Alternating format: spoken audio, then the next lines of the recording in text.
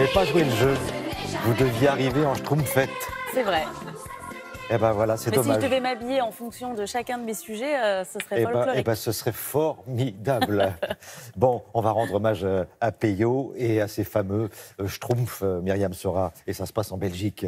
Bah évidemment, il y a 60 ans, c'est vrai que les Schtroumpfs débarquaient dans une bande dessinée et depuis, c'est devenu un phénomène international, un phénomène mondial. Alors c'est vrai que... Peyo, parce que je vais quand même vous donner son vrai nom, c'est Pierre Culliford. Il nous a quittés donc, il y a quelques années, c'était en 1992, mais depuis, sa fille Véronique prend soin de ces petites créatures bleues. Savez-vous que les albums des Schtroumpfs sont distribués dans 90 pays, traduits dans 41 langues? Est-ce que vous savez comment on dit Schtroumpf en anglais? Ah yes, I do.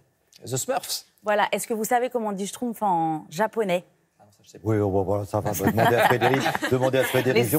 Il a toutes les réponses. Alors, je sais qu'en allemand, c'est dit Schlumpfen, mais en japonais, je sais Alors, pas. en japonais, c'est En japonais, c'est Sumafu. Sumafu. Ouais, et Langjingling en Chine.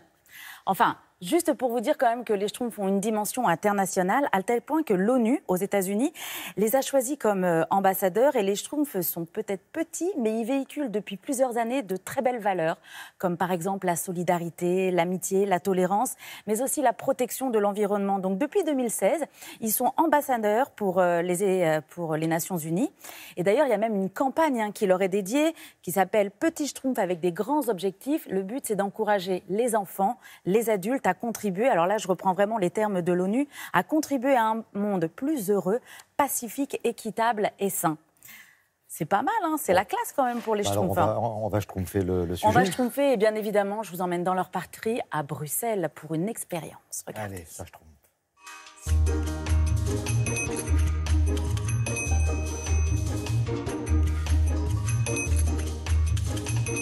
Les Schtroumpfs en Belgique, c'est une véritable histoire d'amour.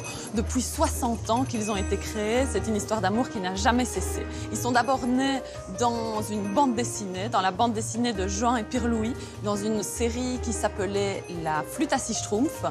Et depuis lors, ils se sont développés dans des films, dans des dessins animés. Et le public belge est toujours resté son premier public. Peyo, Pierre Culliford, le créateur des Schtroumpfs, était à un souper entre amis et à un moment, il voulait avoir la salière. Et il ne tombait plus sur le mot de la salière, alors il dit à son ami « Passe-moi le Schtroumpf ». Et c'est ainsi que l'appellation Schtroumpf a été reprise donc, pour dénommer un objet. C'est vraiment une plongée immersive dans le monde des Schtroumpfs. On entre par une planche de BD et soi-même, on devient un Schtroumpf, c'est-à-dire haut comme 3 pommes.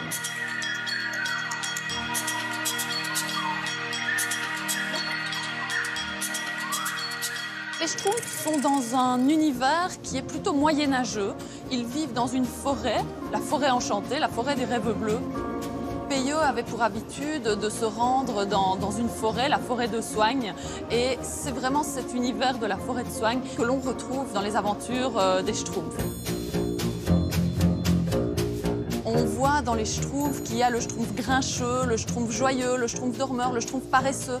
Et finalement, c'est un village où règne une ambiance plutôt bon enfant, mais les caractères de chacun des Schtroumpfs a tendance à créer des aventures auxquelles les humains peuvent s'assimiler. Ils cohabitent avec Gargamel, ils cohabitent parfois avec d'autres méchants, comme Grosse Bouffe par exemple, qui est une sorte d'ogre qui veut les manger parce qu'il a toujours très faim. Et puis, Gargamel, dans l'une des aventures, a décidé de créer la Schtroumpfette pour semer la zizanie au sein du village des Schtroumpfs. Et la Schtroumpfette est finalement devenue l'une d'entre eux.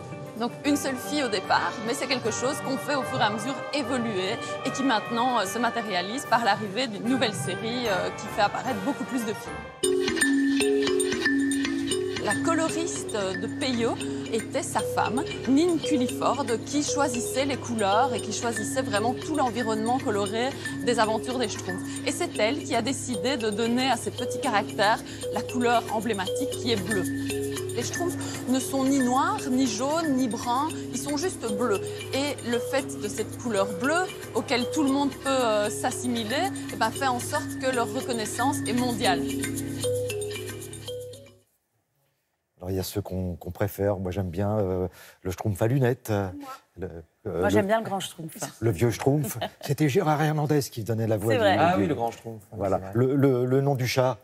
Azrael. Azrael. Bon, bonne réponse. On est là jusqu'à 9h25. Ne vous inquiétez pas. Non, mais juste pour vous dire que cette expérience Schtroumpf, qui est une expérience immersive pour les enfants, qui donc relate ces 60 ans des Schtroumpfs, va faire le tour du monde pendant 5 ans. Et évidemment, on va passer par chez nous. Je vous annonce aussi que jusqu'au 28 octobre, l'exposition Payot au Centre Wallonie-Bruxelles à Paris, avec des planches originales, des croquis, des objets qui ont fait des Schtroumpfs une marque reconnue. C'est Payot, hein, Payot. Payot, pourquoi Payot. j'ai dit Payot? Payot, Ah, Payot. évidemment. Merci beaucoup, Myriam.